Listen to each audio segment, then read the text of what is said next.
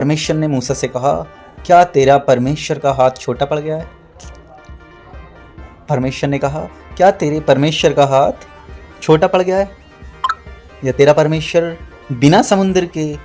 जब भी हम परमेश्वर से कुछ चाहते हैं कि परमेश्वर हमारे लिए ये कर दे, यदि हमारे पास रहने के लिए जगह नहीं है तो हम प्रार्थना करते हैं और विश्वास करते हैं कि परमेश्वर हमें एक जगह दे ताकि हम उसमें रह सकें, एक हमें घर दे। लेकिन हम जब भी परमेश्वर से मांगते हैं तो हम मांगते तो हैं, प्रार्थना तो करते हैं, लेकिन विश्वास नहीं करते। इसी कारण वो चीज़ हमें नहीं मिल पाती, क्योंकि हम परमेश्वर की सामर्थ्य पर विश्वास नहीं करते कि परमेश्वर हमें दिला देगा। हम बस प्रार्थना करके छोड़ देते हैं ऐसी कि परमेश्वर हो सके तो दिला दे, मेरी ऐसी इच्छा है।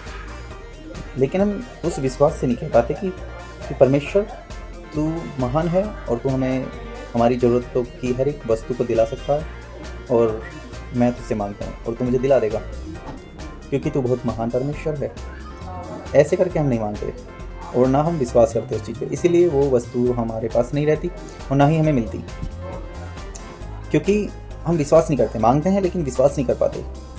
जैसे कि मैं बाइबल से आपको बताना चाहता हूँ, पुराने नियम में जब इजराइलियों को मिस्र से मूसा निकाल के लेके जा रहा था परमेश्वर की सामर्थ्य के द्वारा, तो आगे चल के इजराइलियों ने कहा कि हम तो यहाँ भूखे हैं और हम खाना खाना चाहते हैं, वो भी नॉन वेज खाना उन्होंने मांगा।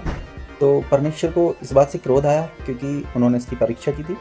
लेकिन मूसा परमेश्वर के पास गया, परमेश्वर से प्रार्थना की और इजराइलियों ने जो कहा था वो परमेश्वर को बताया कि परमेश्वर इजराइली इस तरीके से कह रहे हैं कि हमें नॉन वेज खाने के लिए चाहिए।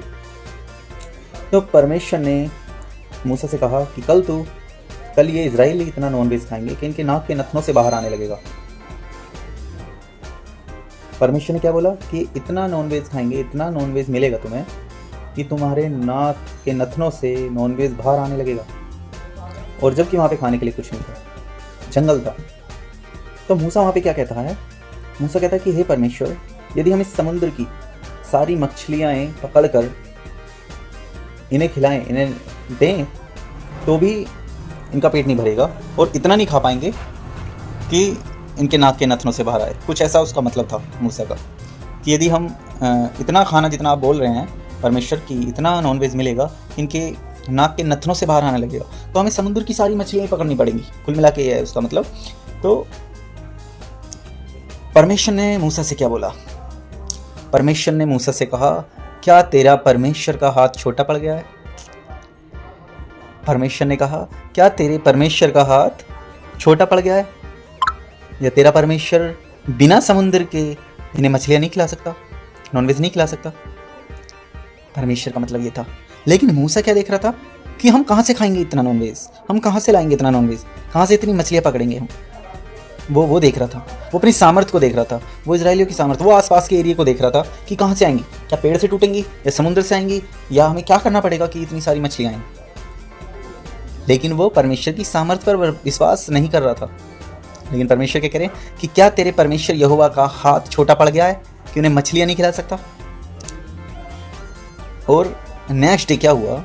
परमेश्वर ने ऐसी हवा चलाई कि उससे बटेरें आने लगी, उस हवा में बटेरें बह के आने लगी, उड़कर आने लगी, और वो आकर वो बटेरें वहाँ पर इतनी बटेरें आ गई कि वहाँ ज़मीन में करीबन 1-2 फुट कह सकते हैं कि वो भर गई ज़मीन। और जो इजराइली थे उन्होंने इतना भरा अपने पास इकट्ठा करके रख लिया और इतना खाया कि जैसा परमेश्वर ने कहा था कि तुम्हें अगले दिन इतना खाने को मिलेगा कि तुम्हारे नाक के नथनों से बाहर आने लगेगा।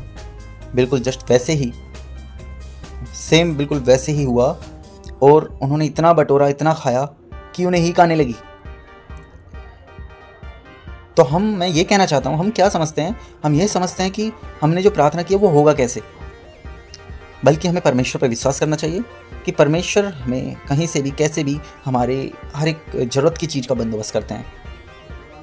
लेकिन हम ये देखते हैं वो होगा कैसे, कहाँ से आएगा। जैसे मुझे फ्रूट्स खाने हैं, मुझे सेब खाना है, तो मैं क्या सोच रहा हूँ कि मैं सेब मार्केट से लेकर आऊँगा और आके काट के खा लूँगा। लेकिन यदि हम परमेश्वर उसी काम को करे कि परमेश्वर किसी को सेब खिलाना चाहते हैं, तो क्या वो मार्केट से जाके लेंगे? क्या परमेश्वर ऑटोमेटिक यही नहीं बना सकते उस सेब को? क्या परमेश्वर में इतनी सामर्थ्य नहीं है? यदि परमेश्वर में इतनी सामर्थ्य नहीं है तो फिर वो परमेश्वर नहीं है। वो परमेश्वर नहीं है जिसमें इतनी सामर्थ्य नहीं है, क्योंकि परमेश्वर को किसी चीज को बनाने के लिए किसी चीज की आवश्यकता नहीं है। आवश्यकता मनुष्य को होती है किसी चीज को बनाने के लिए। जैसे कि मैं घर बनाऊं तो उसमें ईंट, रोड़ी, डस्ट वगैरह की जरूरत पड़ती है, तो वो हमें जरूरत है, लेकिन परमेश्वर को उसकी जरूरत नहीं है बिल्कुल भी। परमेश्वर बिना रोड़ी, बिना डस्ट, बिना बदरपुर के भी घर को बना सकते हैं। उनके कहने ही से सारी सृष्टि बन गई, उसके कहने ही से दिन और रात होने लगे, उसके कहने ही से पक्षी बन गए, उसके कहने ही से जानवर बन गए, उसके कहने ही से सब कुछ हुआ। चांद, सितारे, आकाश, पृथ्वी, सूर्य उसके कहने से बना। उसने बोला और हो गया। इतनी बड़ी बड़ी वस्तुएं उसने कह के बनाई हैं। और हम जब प्रार्थना करते हैं छोटी छोटी चीज़ों के लिए तो हम ये सोचते हैं कि परमेश्वर कैसे करेगा। क्यों? क्योंकि हमें करना पड़ता है। तो हम परमेश्वर को भी उसी एंगल से आंकते हैं जैसे कि हम हैं, कि कैसे करेगा परमेश्वर, क्योंकि हमसे नहीं हो रहा। हम अपनी सामर्थ्य पर विश्वास करते हैं, परमेश्वर की सामर्थ्य पर विश्वास नहीं करते। जबकि हमें यह विश्वास करना चाहिए कि परमेश्वर मेरे लिए सब कुछ कर सकता है। मेरी बहुत सारी ऐसी गवाहियां हैं जबकि मेरे पास कुछ नहीं था और मैंने परमेश्वर से कहा और परमेश्वर ने मेरे लिए इंतजाम किया। और वो ये नहीं कहता कि 2 नंबर से जाके कर लियो, या फिर वो हमारे लिए 2 नंबर का रास्ता नहीं चुनता।